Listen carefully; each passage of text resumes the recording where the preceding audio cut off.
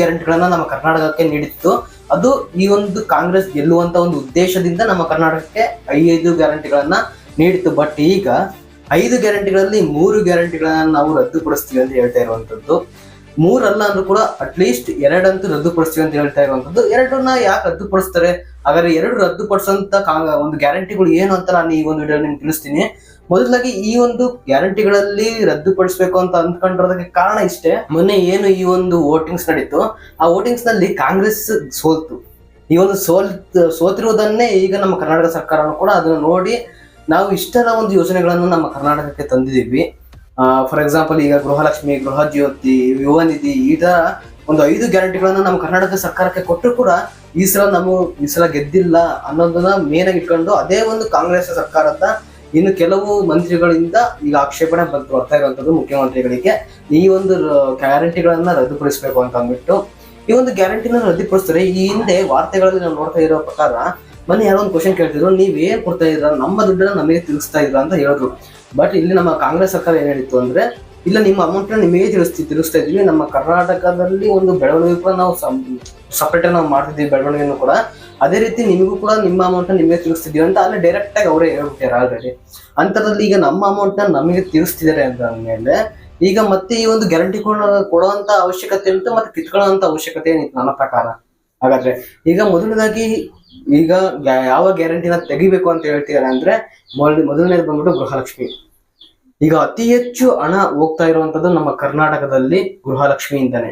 ನಮ್ಮ ಕರ್ನಾಟಕ ಸರ್ಕಾರ ತೆಗೆದುಕೊಳ್ಳುವಂತ ಎಷ್ಟೋ ಅಮೌಂಟ್ಗಳಲ್ಲಿ ಅರ್ಧ ಭಾಗದಷ್ಟು ಅಮೌಂಟ್ ನಮ್ಮ ಗೃಹಲಕ್ಷ್ಮಿ ಒಂದು ಯೋಜನೆಗೆ ಹೋಗ್ತಾ ಇರುವಂತದ್ದು. ಅದಕ್ಕೋಸ್ಕರ ಈಗ ಸದ್ಯದ ಮಟ್ಟದಲ್ಲಿ ಎಲ್ಲಾ ಒಂದು ಬೆಲೆ ಏರಿಕೆಗಳನ್ನ ಜಾಸ್ತಿ ಮಾಡ್ತಾ ಇರುವಂತದ್ದು. ಹಾಲ್ ಆಗಿರ್ಬೋದು, ಪೆಟ್ರೋಲ್ ಆಗಿರ್ಬೋದು. ನೀವು ಗಮನಿಸ್ತಿರ್ಬೋದು ಈ ಒಂದು ಪೆಟ್ರೋಲ್ನ ಏರಿಕೆ ಈ ಒಂದು ಎಲೆಕ್ಷನ್ ಆಗೋದಕ್ಕಿಂತ ಮುಂಚೆ ಎಷ್ಟಿತ್ತು, ಈಗ ಎಲೆಕ್ಷನ್ ಆದ್ಮೇಲೆ ಎಷ್ಟಿದೆ ಅಂತ ಅಂದ್ಬಿಟ್ಟು. ಎಲೆಕ್ಷನ್ ಆಗಿದ್ದಕ್ಕಿಂತ ಮುಂಚೆ 99 ರೂಪಾಯಿ, ಐ ಥಿಂಕ್ 98 ರೂಪಾಯಿ ಇತ್ತು. ಬಟ್ ಈಗ ಪ್ರೆಸೆಂಟ್ 103 ರೂಪಾಯಿ, 104 ರೂಪಾಯಿ ಆಗುವಂಥದ್ದು. ನಮ್ಮ ಕರ್ನಾಟಕದಲ್ಲೇ 30-40 ರೂಪಾಯಿ GST ನಾವು ಇಲ್ಲಿ ಕಟ್ತಾ ಇದೀವಿ. ನಾನು ಮೊನ್ನೆ ಅದ್ರ ಬಗ್ಗೆ ಒಂದು ಸಪ್ರೇಟ್ ಆಗಿ ಒಂದು ವಿಡಿಯೋನ ಕೂಡ ನಾನು ಮಾಡಿದ್ದೆ. ನೋಡಿಲ್ಲ ಅಂದ್ರೆ ಈಗಲೂ ನೋಡಿ, ಒಂದು ಡಿಸ್ಕ್ರಿಪ್ಷನ್ ಬಾಕ್ಸ್ ನಲ್ಲಿ ಅದರ ಒಂದು ಫುಲ್ ವಿಡಿಯೋನ ಹಾಕಿರ್ತೀನಿ, ನೀವು ಅದು ನೋಡ್ಬೋದು. ಈ ರೀತಿ ಮಾಡ್ತಾ ಹೋಗೋದ್ರಿಂದ ಈಗ ಸದ್ಯಕ್ಕೆ ಗೃಹಲಕ್ಷ್ಮಿನ ನಿಲ್ಲಿಸ್ಬೇಕು ಅಂತ ಹೇಳ್ತಾ ಇರುವಂತದ್ದು. ಹಾಗಾದ್ರೆ ಇನ್ನೊಂದು ಯಾವ ನಿಲ್ಲಿಸ್ತಾರೆ ಅಂತ ಕೇಳಿದ್ರೆ ಮೇನ್ ಆಗಿ ಬೇಕಾಗಿರೋದು ಗೃಹ ಜ್ಯೋತಿನೂ ಕೂಡ ನಿಲ್ಲಿಸ್ತೀವಿ ಅಂತ ಹೇಳಿರುವಂತದ್ದು. ನನ್ನ ಪ್ರಕಾರ ಈಗ 5 ಗ್ಯಾರಂಟಿಗಳನ್ನ ಕೊಟ್ಟಿದ್ದಾರೆ, ಓಕೆ ಇಲ್ಲ ಅನ್ನಲ್ಲ. ಬಟ್ ನಾನು ನೋಡ್ತಿರೋ ಪ್ರಕಾರ ಇದರಲ್ಲಿ ಈಗ ಆಲ್ರೆಡಿ 2 ಗ್ಯಾರಂಟಿಗಳನ್ನ ಕೊಡ್ತಾನೆ ಇಲ್ಲ ಅವರು. ಹಂಗ್ ನೋಡಕ್ ಹೋದ್ರೆ ಯುವ ನಿಧಿ ಆಗಿರ್ಬೋದು, ಈ ರೀತಿ ಇನ್ನೂ 2 ಗ್ಯಾರಂಟಿಗಳನ್ನ ಕೊಡ್ತಾನೆ ಇಲ್ಲ. ಈಗ ಇರುವಂತದ್ದು 3 ಬಸ್ ಪ್ರಯಾಣದ್ದು, ಮತ್ತೆ ಗೃಹ ಜ್ಯೋತಿ, ಮತ್ತೆ ಗೃಹಲಕ್ಷ್ಮಿ ಹೆಣ್ಮಕ್ಳಿಗಂತ ಮಾಡಿರುವಂತದ್ದು. ಇದರಲ್ಲಿ ಮತ್ತೆ ಈಗ 2 ತೆಗಿತೀನಿ ಅಂದ್ರೆ ಈಗ ಉಳಿಯೋದೇ ಒಂದು ನನ್ನ ಪ್ರಕಾರ. ಮತ್ತೆ ಅದನ್ನು ಯಾಕೆ ಕೊಡ್ಬೇಕು ನಮ್ಮ ಪ್ರಕಾರ? ಅದನ್ನು ಒಂದು ಕೊಟ್ಟು ಕೆಟ್ಟದ್ದು ಅನ್ಸ್ಕೊಳ್ಳೋದಕ್ಕಿಂತ ಎಲ್ಲಾನು ಕೂಡ ಕ್ಯಾನ್ಸಲ್ ಮಾಡೋದ್ರೆ ನನ್ನ ಪ್ರಕಾರ ಒಳ್ಳೇದು ಅನ್ಸುತ್ತೆ ಅಲ್ವಾ? ನೋಡಿ 2 ಯೋಜನೆಗಳನ್ನ ಕ್ಯಾನ್ಸಲ್ ಮಾಡ್ತೀವಿ ಅಂತ ಹೇಳಿರುವಂತದ್ದು. ಇದಕ್ಕೆ ಒತ್ತಾಯ ತುಂಬಾನೇ ಇರುವಂತದ್ದು. ಐ ಥಿಂಕ್ ಇದು ಮೋಸ್ಟ್ಲಿ ಈ ತಿಂಗಳಲ್ಲಿ ಸಾಲ್ವ್ ಆಗೋದು ಅನ್ಸುತ್ತೆ. ಮೋಸ್ಟ್ಲಿ ಈ ತಿಂಗಳ ಅಮೌಂಟ್ ಗೃಹಲಕ್ಷ್ಮಿದು ಬರುತ್ತೆ. ಈಗ ಆಲ್ರೆಡಿ ಕೆಲವು ಜಿಲ್ಲೆಗಳಲ್ಲಿ ಹಂಚಿಕೆ ಆಗಿರುವಂತದ್ದು, ಇನ್ನು ಕೆಲವು ಜಿಲ್ಲೆಗಳಲ್ಲಿ ಇನ್ನೂ ಹಂಚಿಕೆ ಆಗಿಲ್ಲ. ಅದೆಲ್ಲ ಹಂಚಿಕೆ ಆಗದ ತಕ್ಷಣ ಇದನ್ನ ಕ್ಯಾನ್ಸಲ್ ಮಾಡುವಂತದ್ದು ತುಂಬಾ ನಿಖರವಾಗಿ ಹೇಳಿರುವಂತದ್ದು ಇದು ನಮ್ಮ ಕಾಂಗ್ರೆಸ್ ಸರ್ಕಾರ. ಐ ಥಿಂಕ್ ಈ ತಿಂಗಳಲ್ಲಿ ಇದು ಮೋಸ್ಟ್ಲಿ ಕ್ಯಾನ್ಸಲ್ ಆಯ್ತು ಅಂದ್ರೆ ಇನ್ನು ಒಂದೇ ಒಂದು ಗ್ಯಾರಂಟಿ ಉಳಿಯುವಂತದ್ದು. ಇದನ್ನು ಬೇಕು ಹಂಗಾರೆ ನಮಗೆ.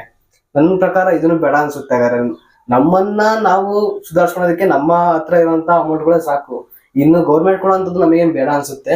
ಇದ್ರ ಬಗ್ಗೆ ನಿಮ್ಮ ಒಪಿನಿಯನ್ ಏನು ದಯವಿಟ್ಟು ಕಮೆಂಟ್ ಬಾಕ್ಸ್ ಕಮೆಂಟ್ ಮಾಡಿ.